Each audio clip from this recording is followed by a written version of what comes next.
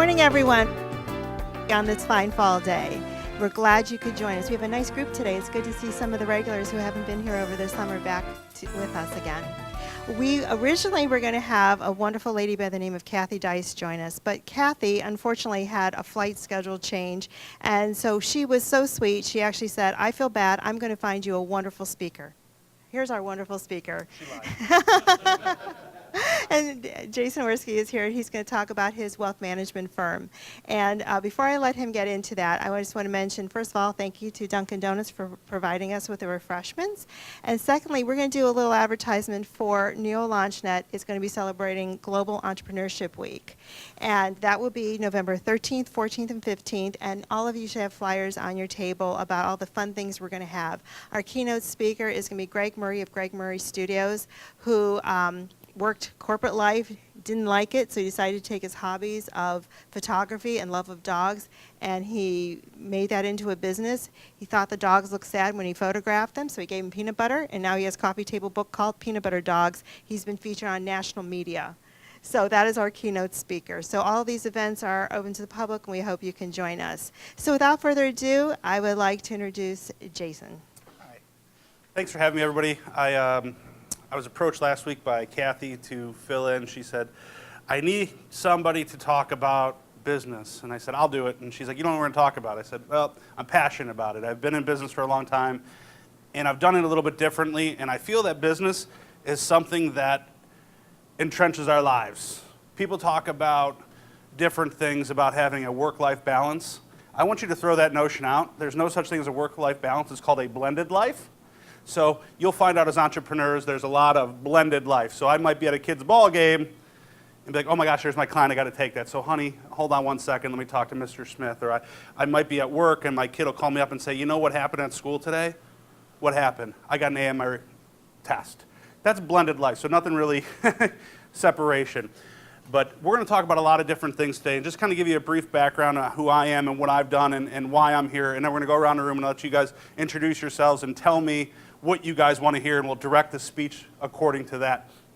But I started in wealth management in 2008. I came from a construction background. I'm a tattooed hillbilly from Parma, and I was never supposed to be a wealth manager. In fact, when I told a career guy that I wanted to change and go into a professional atmosphere, he said, okay, we're going to do a career test, and it came back that I was supposed to sell roofing materials. I said, well, that's great. He said, the thing is, I'm 300 pounds, and I'm not really agreeable to get up in the air. So that's an inherent problem. I said, what about wealth management? And he said, you're covered in tattoos, you swear like a sailor, you drive a pickup truck, and you dropped out of college. What business do you have to manage wealth? I said, because I like it. And he said, well, that's not really a reason to get into it. I proved him wrong. So from him telling me no, I decided that I was going to do something I wasn't supposed to do, and I was going to do it better than my competition. So that's how I became a wealth manager. I figured out that I wasn't supposed to do something, found the steps to do it, chased it, built it, and then built it better than my competitors, in my opinion. Because when you're an entrepreneur, you have to think you're the best in your market or you will fail. You have to think as yourself as the only person that competes with yourself. So that being said, I'm married to my wife, Jessica. She's this crazy, tall Italian woman that I always joke, I'm not afraid of any man in the world, but I'm terrified of her. She looks me eye to eye, played rugby, played basketball. I was a wrestler, judoku, football player, combat sport type of guy. I have two kids. I have a 13-year-old, soon-to-be 13-year-old, going on 20. She's a judo player. She's also a volleyball and a swimmer. And my son, Mikey, who's 5, is a very, very fluent swearer, and he's also a judoku. So he's a little bad dude, and he also is taking up hockey. So that's a little bit about me. We have a staff of 9 in Westlake. We have 2 locations. We've expanded from 500 square feet to 3,000 square feet. And then I've recently purchased another 2,800 square feet also in Westlake because I'm lazy and I don't want to drive. There's no other reason that the footprint needs to be close. So that's just a little bit about me, but I'm going to go around the room. Just tell me who you are, what type of company you have, and what do you want to learn today. And we'll take about 30 to 45 seconds so we can get through it, and then we'll go through. So we're going over here. All right. My name's Austin Perez. I just graduated high school and started my own social media agency called Lakeside Social Marketing. I grow businesses with ads on Facebook and such. Okay. My name's Joseph Vaughn. I'm here with Vaughn's Painting, It's my dad started the company, and I'm just here trying to help him get to he's at the point where he can actually expand hiring employees and such. Okay. And I'm just here trying to help with that. My name is Nate Davis. I work at Western Southern Financial Group, so very similar industry as you. So I'm always interested to learn more about how you've gone about growing your business. He's got to leave the room. No, just joking. Absolutely, I'd love to talk with you. I'm not breaking up fights, anyone, so. I'm Nancy Lorain with Primerica. I just want to know about how everything was really hard. Tell me all the hard parts. You got 4 hours? I'm Tim Hughes. This is my wife, Barb. We own Jimmy John's across the street here on Abbey Road. We also have one in Avon and Lakewood. Hi, I'm Jim Hegarty. I own Cosmic Subs, which are the best. No, I'm sorry. Jim Hegarty, franchise consultant with FranNet. I help individuals who are looking to be business owners find franchises to buy. So I'd love to hear your thoughts on best ways for people to finance businesses these days, or important things for them to think about. My name's Colton Rampala. I work with Consolidated Solutions, which is a print marketing company. What I would like to learn today is how to make a lot of money without actually doing any work. Is that possible? Become a financial advisor. No, I'm just joking. Chris Corpus. I'm a business attorney with Corpus Law, Inc. I assist business owners and entrepreneurs understand the legal issues their businesses face and how best to effectively and efficiently address those. I'm Don Borger. I have a graphic design business called Design Associates. I guess I would be interested in knowing if you haven't saved $1 million up for retirement, what's the best way to treat the money you do have for later years? Hi, Jeff Lohman with Comstar Credit Union. Just here to listen to your passion. Kathy Kingsley with Big Frog Custom T-Shirts and More of Avon, located up at Avon Commons. So I'm always interested in learning about the lessons that other business people learn. So what are some of the biggest lessons that you learned, the challenges you faced, and how you solve those problems? So. Brent Clay, Active Business Loans. We do business financing, and we also do real estate investment financing, and I just want to know how to get the fastest way to get a couple $1 million. All right. Hey, you're fine. I'm the cameraman, but I got. He's got the power. Business that started. No, go ahead. Ray Torres. I work here at Lorain County Community College, but through the years that I've been working here and learning how to edit and videotape and all, I started a business. It's small right now, real tiny, but it's called the Five Towers LLC. It's Five Towers Presents. And what I want to do is I want to become a professional storyteller, but also be able to produce productions of stories and get it out there and to find the ways to do it. And what I would like to learn is business for dummies, because, you know, I have a passion for this, and I got everything started. I already got a product made, but how do I get it out there? Okay, that's perfect. All right, so I have, what, about 45 minutes or so from like now to 11? So we'll leave a lot of room for question and answers. So I want to back up. So we got a couple different businesses here. We have franchisees, we have people that sell franchises, we have people that find a space for the franchises to go into. So there's a lot of overlap in this room that we can help each other. And that's the first part about business, is really utilizing the resources that you have when they're readily available. So I look around the room here and I say, okay, there's a business attorney, a franchise, sales ambassador, there's people that own a franchise, and there's people that sell. You guys should be talking. He did not sell it to me. But now that he knows you like franchises, there might be another opportunity. It's highly unlikely I'll ever work with him. That's okay. I understand. But that's how my brain always works. I'm always looking how I connect people. You look at a social media company, and why is he sitting next to a painter? Well, because they're supposed to talk to one another. Your dad's a painter by trade. He paints buildings, he paints houses, he paints trim. People don't know he does that majority of the time. You have to get your message out there. You have to have an audience. You can be the best whatever is in the world. I love Jimmy John's. But if I never stepped foot into Jimmy John's, I wouldn't know how good it tasted. But somebody came in and gave me a sample one day and said, here's a free sandwich. And I said, this is awesome. So where do me and my family eat now? We go to Jimmy John's. I didn't know you guys even existed until about 6 months ago. We'd always go to Subway, which is, you don't want to hear, but it's terrible. So long and short of it is, I started my business out of a drive, out of a passion of being told I couldn't do something. So that's the biggest thing, is when you have the passion, that's number one, you can do anything you want to do. You just have to find the mechanics to be able to do it. And the mechanics are buildings, people, process, different things like that. So the passion is number one. Number two is my biggest mistake. Somebody said, what was the biggest mistake and how do you overcome it quickly? My biggest mistake was thinking I can do it all myself because I was smart with money.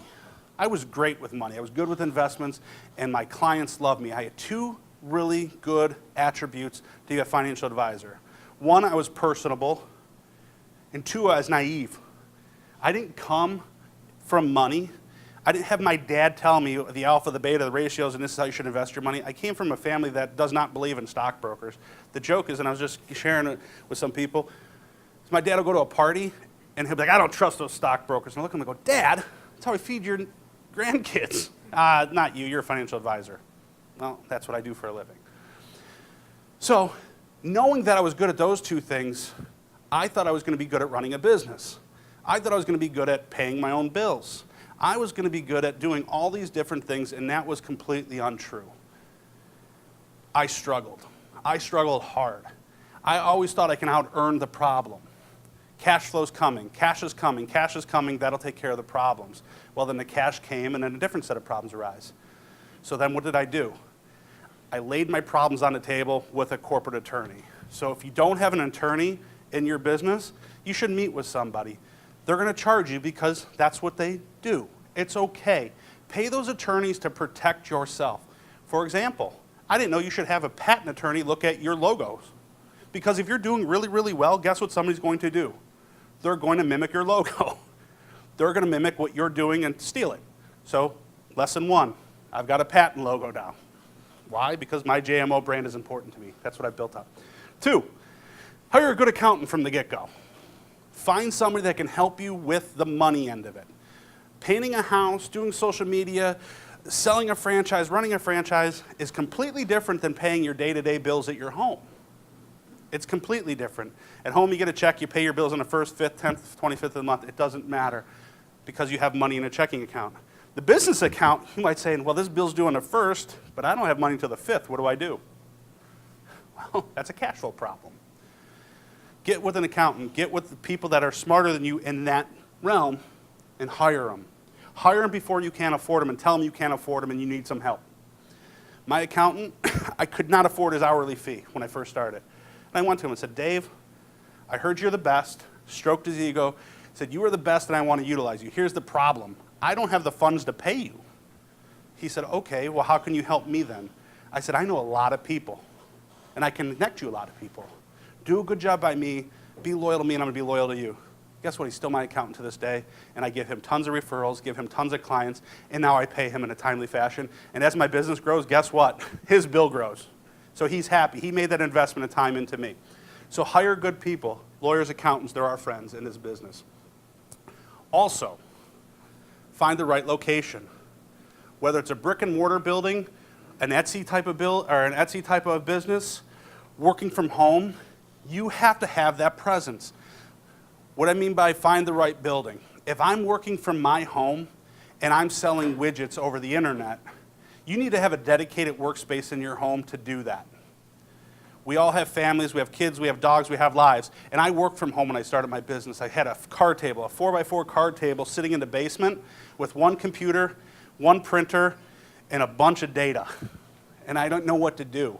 But I had to go in my basement that really looked like a dungeon to get away from my wife, my kids, the dogs, because if I was upstairs, hey honey, the toilet's doing this, or hey daddy, or the dog runs away. Be away. So when you're doing your social media, do you work from home? Yeah, right. Okay. Dedicate a space in your house. I don't care if it's a corner, but that's your work. When you step into that realm, that's your business. That's where you operate out of. Get dressed in the morning. Put on some good clothes. Feel good. Don't do it in your socks and underwear. Well, you could, but don't. Put on some clothes. Get ready. Brush your teeth. Comb your hair. Do all that stuff that you would do if you had to go into an office environment. It'll make you feel better. Does that make sense to everybody? Okay. Is any questions so far on where I'm going with this? Good? Bueller? Anyone? All right, good. All right. So now, how do you overcome when you get the right attorney in place, the right accountant in place, you start hiring the right people to help you. Now your business starts growing because you're able to do what you do best. I'm a financial advisor by trade. I know how to pick the right stocks, bonds, most of the time, and investments. I'm really good at that because that's my craft. But when I was trying to be stuck in the weeds of doing my books and paying my bills and doing this and doing that, that part of the business struggled. I was spending more time building my self-confidence to tell me that I could do something that I didn't know how to do than I was working on something that I can do in my sleep at this point. And that thing I can do in my sleep makes me a hell of a lot more money than paying my own bills. So there's two things that we have as a resource in life, in business: time and money. Time and money, they're both currencies. Whatever you have more of at that time, spend it. So for example, about 3 years ago, I wanted to hire a lawn cutting service. I grew up cutting my grass since I was like 5. I hate cutting grass. I hate everything about it. I look at people cutting the grass on Saturday and going, why are you doing this? There's people that need your money to do this, and it's relatively inexpensive. And my wife says, yeah, but that's $130 a month. We can do something else. I said, okay, let's run this exercise. I took what I made in for the year, divided it by the working hours, and I said, if I pay them less than I make per hour, they get the job. You can't argue with that.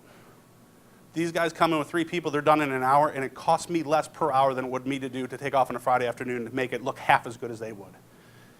So I pay that. Conversely, if I'm going to build an addition and it's more than I have, then I'm going to try to do some of the things myself. So you just swap those two currencies. And those are both valuable to you. Time is money and money is time. Spend it wisely. And if they're equal, that's the great thing about it. If you have the same amount of time and the money, if it's equal, you get to pick. I really like doing this. I'm going to do it. Don't do everything for money. Don't do everything for that. But you want to be able to do things and have options. The other thing I want you guys to think about is you guys sell sandwiches, correct? That's what you do. Why do you sell sandwiches? Because it was a franchise that I didn't know the restaurant business, and it was a system. Okay. And so I bought a system, and I sell it to support my family. Okay, so you bought a franchise because you wanted to support your family through a business that you wanted to get into but you didn't really know a lot about, if I'm understanding you. Okay. Right. Why did you become an attorney? I had a relative who was an attorney. Okay. So I had a relative who was an attorney, and it was just something that I always enjoyed talking to him about. Okay. But then ultimately, there's so many different aspects of being an attorney.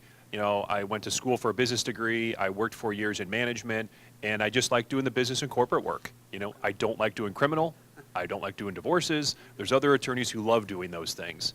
Right. Okay. So it's something I've always enjoyed. All right. I'm going to pick on the financial advisor. So we got Primerica and Western Southern. All right. I don't care which one. You can pick on either one. Let's hear from a woman because we haven't heard from a woman yet. Why did you become a financial advisor with Primerica? Because the opportunity was presented to me twice in my life, and I was already doing for my family what I want to do for others. Okay. All right. Those are all good answers, but I'm going to tell you that's not what I would want to hear and why I would do business with you. I like you guys. You're great people. You're a good attorney. You're good at selling sandwiches. You're good at Primerica. But if I met you at a networking event, I met you somewhere and said, what do you do? If I sell sandwiches at Jimmy John's and we're located here, I'd come see you because I like the sandwiches. But I necessarily wouldn't drive out of my way because I was like, wow. You have to have a why statement instead of a what statement. What we do is our vocation. What I do is I sell investments to make money for my clients so I can feed my family. My family, you guys probably would be upset if we didn't succeed because you guys are good human beings, but it wouldn't keep you up at night. It wouldn't keep you up at night. My problems are not your concerns. And that sounds jerkish and standoffish. It's not meant to be. So what I figured out when I was a little boy, and I'm going to take you back to 1980-something. I'm a boy. I'm probably not little, but I'm young. And my dad comes home from work. I'm, Daddy, play football with me. Son, I can't. Daddy, come on, play with me. Son, I just can't. I don't have time. George, play football. Come on, Jake, come play with us.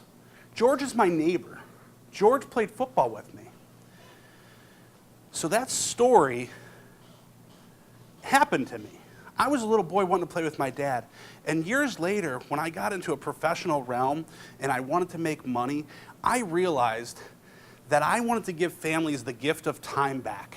So you can play football with your son, so you can go fishing with your daughter, so you can go to ice skating lessons, so you don't have to cut your grass so you can go to the beach, because we live by a really nice body of water that not enough people utilize. So at that moment in time, I realized I wanted to give people the gift of time back by taking the money fights off the table so they can do what they want to do, not what they have to do. How many people love sitting on Saturday morning going, let's discuss our retirement funds? Show of hands, who will sit down Saturday morning and do that? Who on Saturday morning would rather be at a beach? Who would rather be playing football with their kids? Fishing, anything but that. So I turned that negative experience from my dad, and I love my dad more than anything. He was the hardest working man. He was a 9th grade education, put me through St. Ed's, taught me how to get up and work. I value what he taught me, but I was so broken as a small boy because I just wanted that time with him. And I realized how it was going to shape me.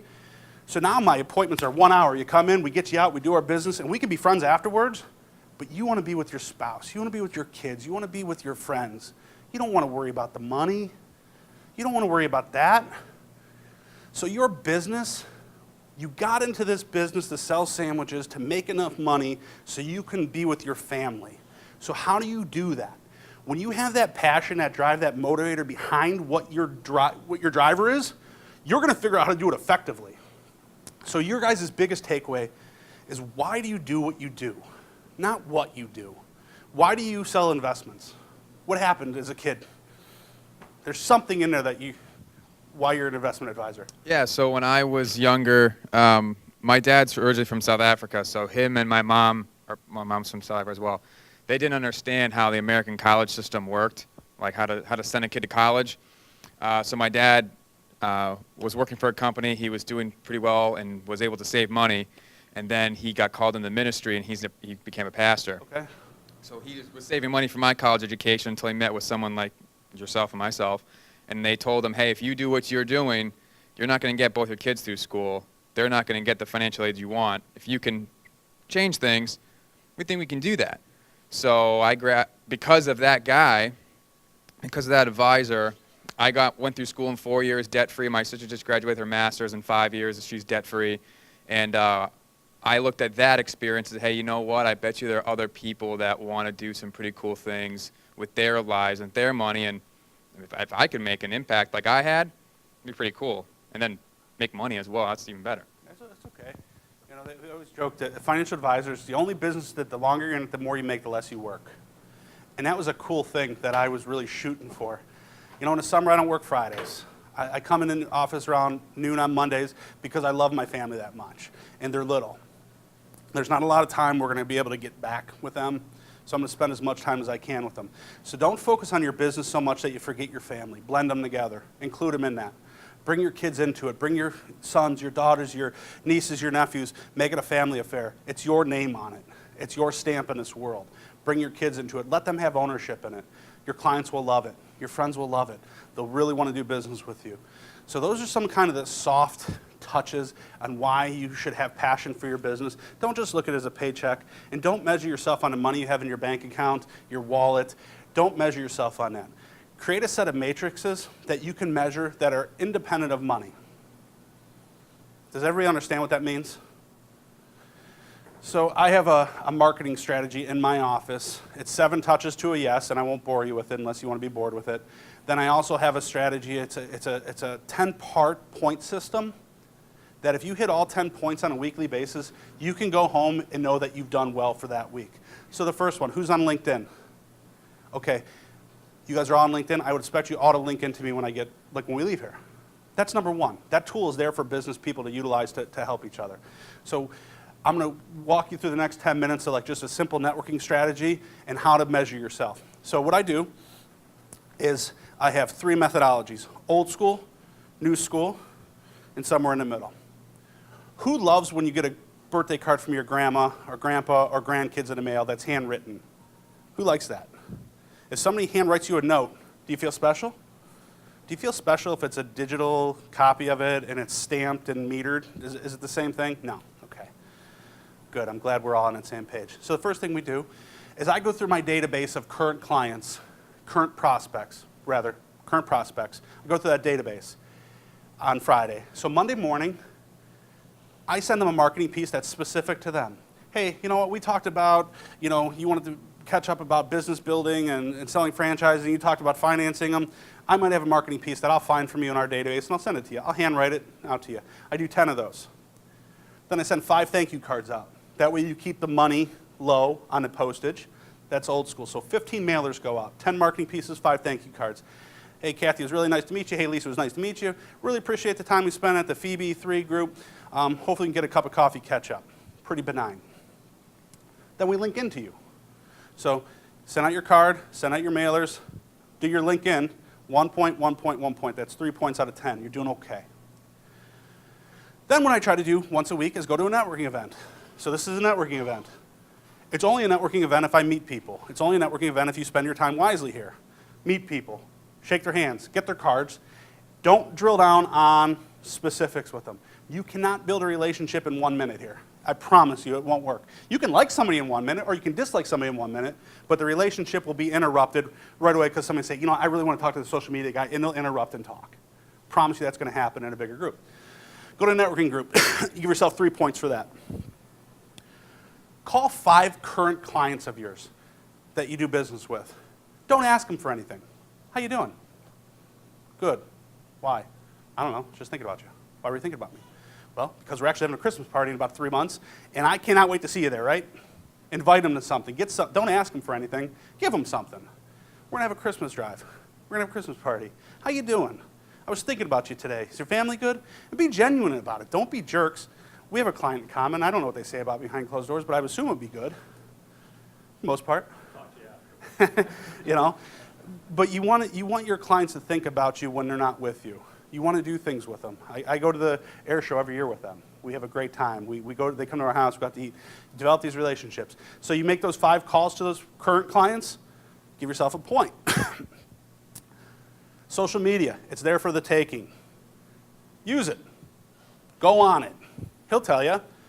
The more you use it, the more Facebook, all the algorithms start picking up on it, and it'll start boosting your post. We'll send a post out and we'll have 1,800 to 2,500 people. For a small business, that's pretty good without boosting it. Boosting it means you pay to send it to people.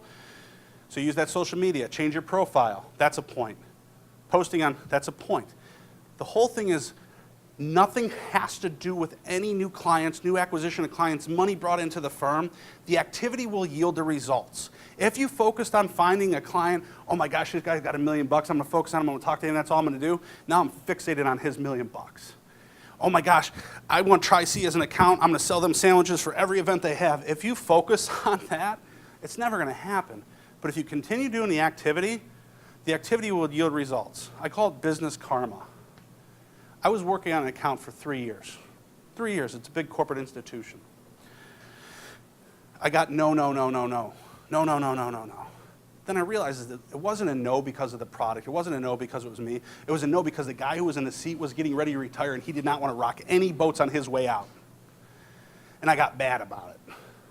I said, how dare that guy dictate the future of his organization because of his fear and unknowing and unwillingness to learn something. I went over his head. We got a $15 million account last week because of it. Not a bad way to spend a week. We're finalizing the paperwork next week. And if I would have stopped at those no's, if I would have listened to his BS saying, this isn't a good product, the hell does he know? He knows nothing about what I do. He knew that a CD was going to pay him 0.75% and he wasn't going to have to apologize to any investors. It's an endowment fund. It's crazy. So don't take the no's for what they are.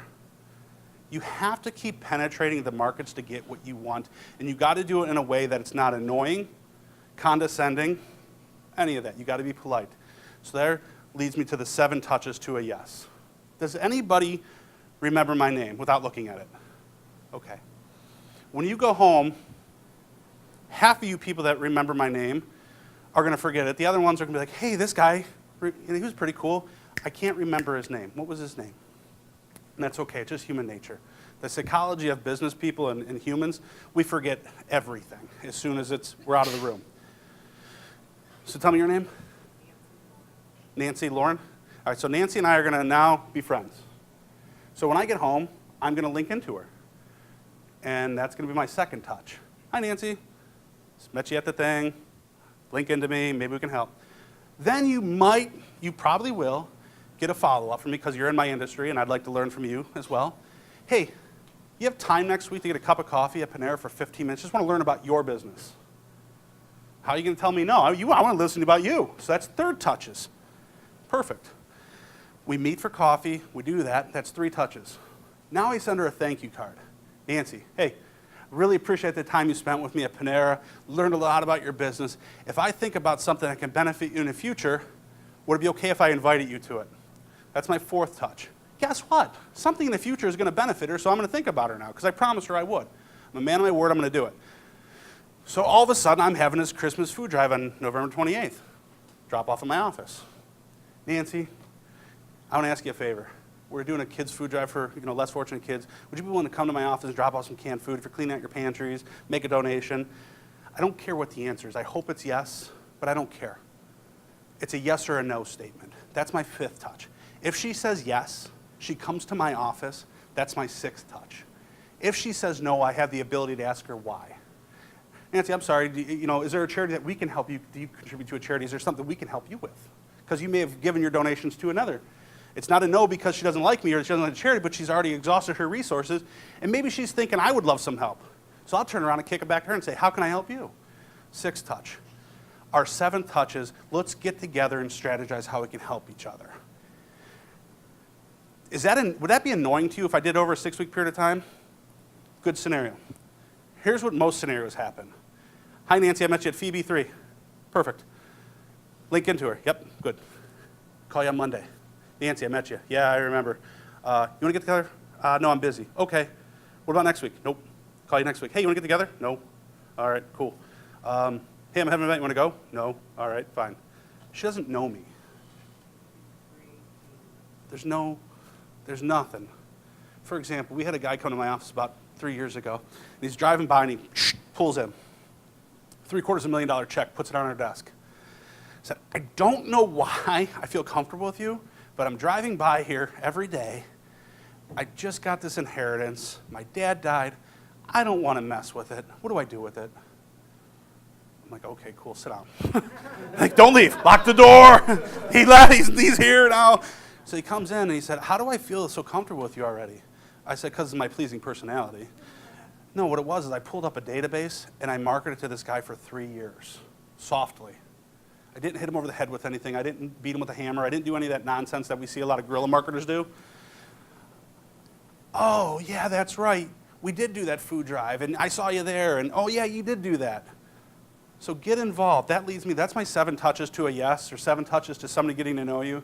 And then the last part of this before I wrap up is we have a set of core values in my company that I do not waver from. I don't care if I'm broke, if I'm rich. I don't care. I don't waver from these. It's 5 core values. And you got to pick your own. You got to pick your own. You could steal some of mine, but pick your own. Be a buffalo. Who's ever had a problem in business?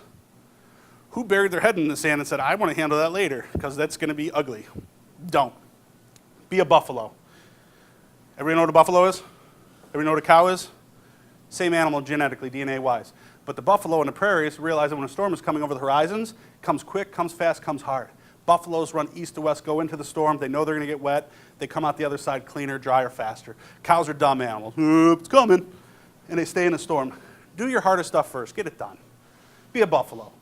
Second one, live your life with an open hand.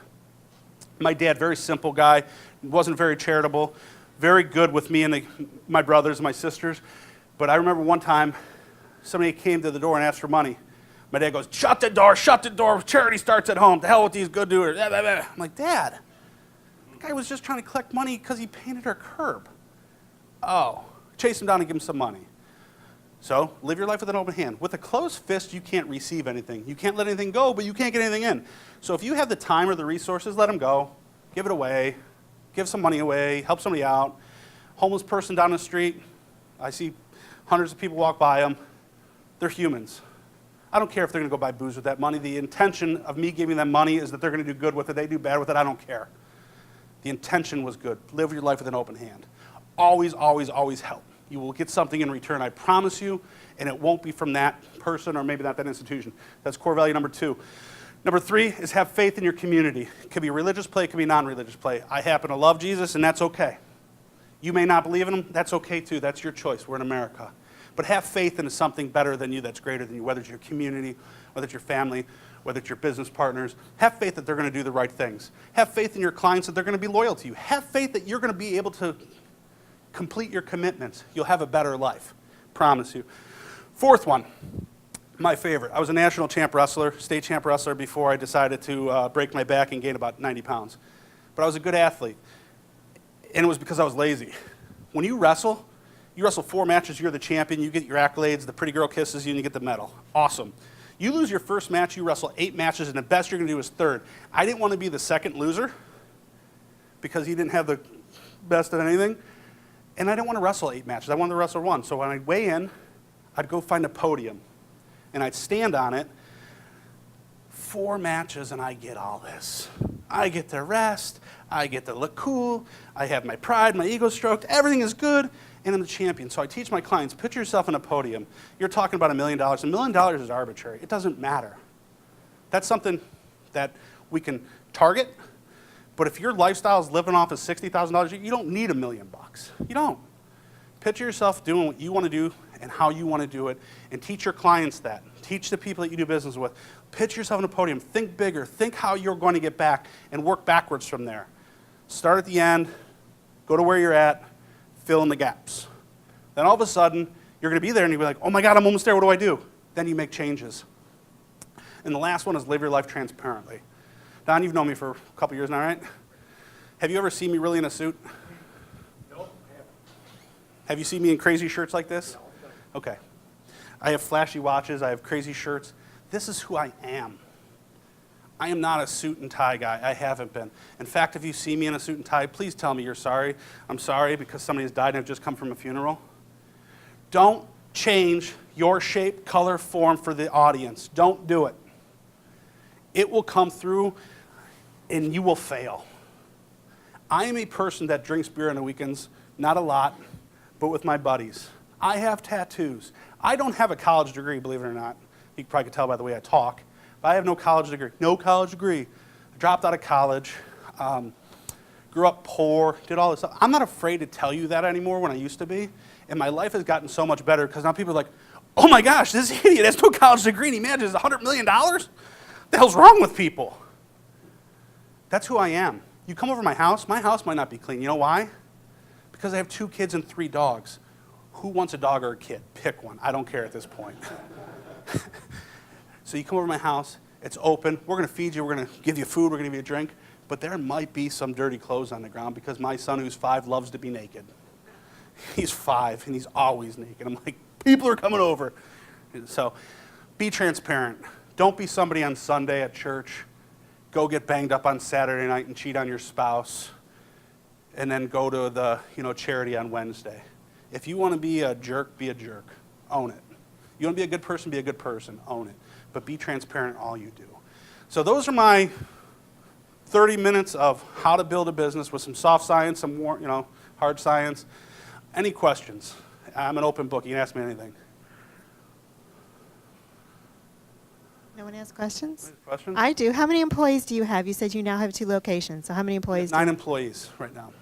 Wonderful. We have a marketing department, we have an admin department, we have advisors, and then we have like reception, that type of. So we're starting to build out our business that way. So you don't work primarily at the card table in the basement anymore? No. We actually have a living room at our office. Wow. We put a living room because people don't want to sit at a desk anymore. They want to sit in a living room. So we put a living room in. You have a question back here? Learn from past experiences to wait. Yeah. how did you get your formal training to be a financial advisor or to manage wealth? I'm sure you probably went over that, but I mean, you said you had this career guidance counselor tell you that you should be laying, roofing, but how did you fall into it? Did you happen to have a really good mentor that just took you on, or did you just kind of hit and fail and just keep trying, or? Yeah, I'm just curious. That's a great question. So I guess we're going to allude to the fact that, like, dropping out of college, how do you get into this? How do you get your formal training, all that? So when I went to St. Ed's, and my best friend was very wealthy. He had tons of wealth, and he didn't, his dad did. And I would go to his big mansion in North Royalton, and I would go, your dad's not really much different than my dad. They talk the same, they act the same age. And I was naive, so I would say, hey, Mr. So-and-so, how do you have so much money? I was stupid. Like, you don't ask an adult that question, but I did. Well, it's simple. I invest money before I spend money. And that was it. I was like, well, that kind of stuck in my craw. So when I was going to go to college, I picked Baldwin Wallace because my friends were going there. The kid that I was friends with, that's where he went. We were best buddies. I said, well, I can go. Well, my parents, not being real sophisticated, they decided that they weren't going to save for college, number one. They weren't going to fill out their FAFSA, number two. And I basically was going to be on my own. And since you didn't apply for financial aid, guess what you don't get when you go there? Financial aid to get the full ticket. So I had to figure out how to pay for this. So I got a credit card debt. I was taking out Discover cards to pay for credit, or for books. And eventually your credit runs out. And I had to stop going. So I went back to the drawing board. I'm a really good worker. I'm a terrible employee. So I'd work for like a Best Buy, and I'd be like really, really good. Then I'm like, oh, that guy wants me to be here at 9? That's stupid. Why? And I was a bad worker. So I started working in construction, actually. I was a construction worker. And by default, because I was relatively smart, I guess, I realized that if I bought all the tools and I had a shiny truck, I would look the part, and you would take notice of the superintendent. So they exalted to me to like these high levels right away. And then they'd be like, can you build it? I'm like, hell yeah, I can build that. And I'd be on like Google, how do you build this? And I just faked it and I made it, and the bosses loved it because I would figure it out. And then I started my own. And my construction company was doing great, and then it failed. So what do? Start another one. Did great, it failed. I'm like, oh shit, this business stuff is really, really hard. And I met my wife. Her brother was a financial advisor, and he lived in $1 million home. I'm like, whoa, how do you have this? So I'm a financial advisor. I'm like, what's that? He's like, well, I sell stocks, bonds, different things. I said, well, I can't do that. I'm a college degree. He's like, it's okay. So by mixing all those together, I realized that it's okay not to have the formal degree. So I found a company that would sponsor me. So I went and got my Series 7, my Series 66. And because I didn't have that degree, I was so self-conscious about it. And all my peers had MBAs and CFPs and CPAs and blah, blah, blah, blah, blah, alphabet soups.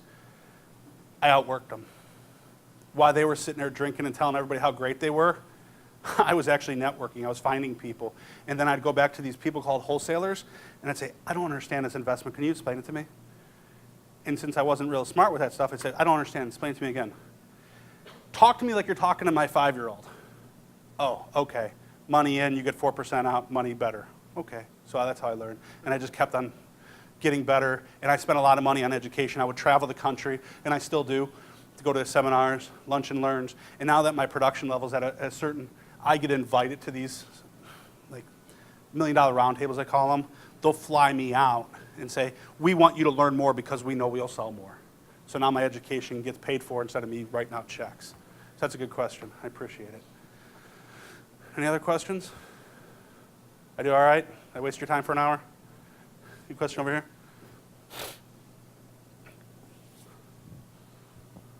When you send out mail to clients, do you ever put like a envelope that says like urgent, emergency to get their attention? That's a tactic that I learned. No, the reason being is because everything is urgent. I get those about 50 times a week in the mail, and I'm like, what is this?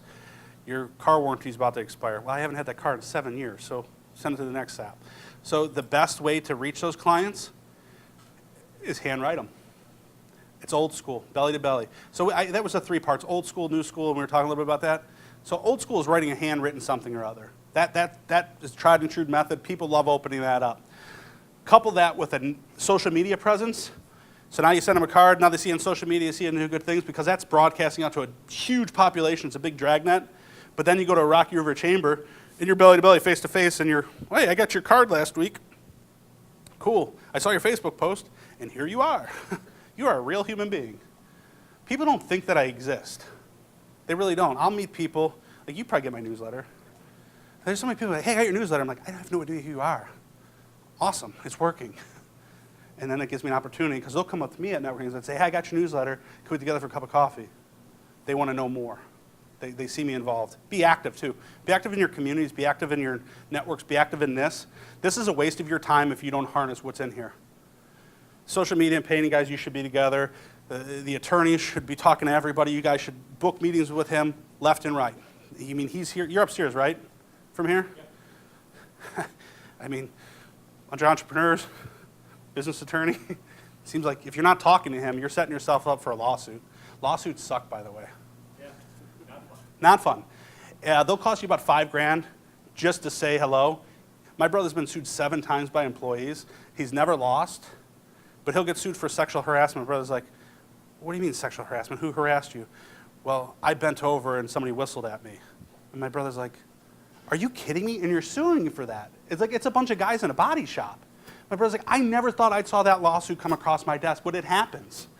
So then he engages an attorney, pays him the money, and it goes away. That's not sexual harassment. It's just not. And the attorneys know that, but people suing know that somebody will settle up and just say, here's a couple grand, make it go away, leave me alone. So get an attorney, get them right away, get them to protect you. That's my biggest. I love my attorney. I don't say hi I'm in church anymore because he bills me. But it's a true story. A guy billed me. I said, hello, how do you think about the email? He's like, I got a 15-minute modal. I said, what are you doing, Greg? Oh, yeah. Made him buy me lunch. So, any other questions? Vaughn Paint. What's the name of the painting? Vaughn? Vaughn's painting. Vaughn's Painting. How did you make that leap from working totally for yourself to hiring employees? That's the best question. All right. I am motivated by 2 things in life. One is selfishness. 100%. I do not like being told what to do at all. Don't like it, never have. It's just been my personality. So I don't want to be beholden to anything. So I realized that I had to have a staff involved to handle the things that I didn't want to handle. And they handle them better than I do. So out of necessity, I brought in an admin and a receptionist so they could take calls, do my appointments, do all that stuff. I'm not good with that. So that was kind of like me doing it. And the other thing is I'm really motivated by my family. I know I've probably talked about them 10 times today, and it's the honest to God's truth. Growing up the way I did, growing up with not the resources, but having the love of my family, that meant so much to me. My dad always did the best he could do. My mom, she's kind of lazy, and she's always been, but we love her. But I never wanted to be like them. I never wanted to be like, honey, you can't have shoes this week because we paid the light bill. And I promise you I'm going to circle back to why we got employees. I never wanted to go to my daughter and say, hey, we can't go to the dance recital because we can't afford the outfit. I didn't want to be like, hey, he could play football, but can I pay you late? So I didn't want to do that. And what I realized is when I was doing it all myself, I was one person with some support staff, but there's 8, 9, 10 hours in a working day, depending on how you slice it. So if I met with everybody here for an hour and had 15 minutes of drive time, that means I would have to work a 20-hour day. And there's only so much. So it's like the dentist theory, the chiropractic theory. They can only bill by the time they're touching a patient. So how do you expand that? It's called scalability. I said, well, if I can do $300,000 a year, if I find somebody that's half as good as me, and I'm not great, but let's just say somebody's going to be half as good as me, and they can do $150,000 a year, I can make X amount of dollars off of them. I said, oh man, if I get 3 of them, I can replace my work week. I can replace this. I can make $150,000 off of 3 people, 4 people, 5 people, whatever the number is. And I just built a scalable model and kept going and going and going. So it doesn't cost me much to hire on a salesperson now. It costs me my reputation, so we hire on those 5 core values, not on their skill set. So if you're a good advisor, but you're a jerk, guess what? Get out. You have $1 million, you're a jerk, get out. You have $50 and you're a good human being, you could be my client. You have a poor book of business, but you have work ethic, drive, passion, and all the good things that are core value-wise, you're hired. We'll teach you how to find stuff. Follow my program, it'll work. It has worked, and the reason I know it worked is because it's worked for me, and I promise you I am not the MBA in the room. I could barely spell MBA. Does that make sense? So you have to figure out, like your dad's painting business, if I was his business coach, I'd say you need to go hire 15 more painters. Why? Because they're looking for work, they need marketing. They want to be painters. Your dad doesn't want to market, that's why you're doing it. If you've got 10 people painting 10 buildings at the same time, that's 10 jobs being done at the same time. It's a bigger cash flow collection without a lot of outlay. Good question. So it's really, I'm just lazy, I don't like to travel, and I want a lot of money, and I want to spend time with my family. When it breaks down to it. And we like to have fun too. So we do a lot of cool things throughout the year. If you're in business and you can afford it, have a client appreciation party. We have 2 a year. We have a pig roast luau, and we had about 250 people last year. And then we do a Christmas party. We call it We Hate Our Relatives. It's Christmas Get Out Party. That's internally what we call it, but it's really just the annual Christmas party. And what we do is it's the 28th of December because kids' toys are open, broken, in-laws have spent too much time there, and nobody wants to cook anymore. So we'll do it the 28th, and you will find out people will love cold pizza at a bowling alley if they don't have to be at home with their in-laws and cook. It was by design. All right. Any questions? Thank you so much, Jason. Oh, you're welcome. I appreciate you guys.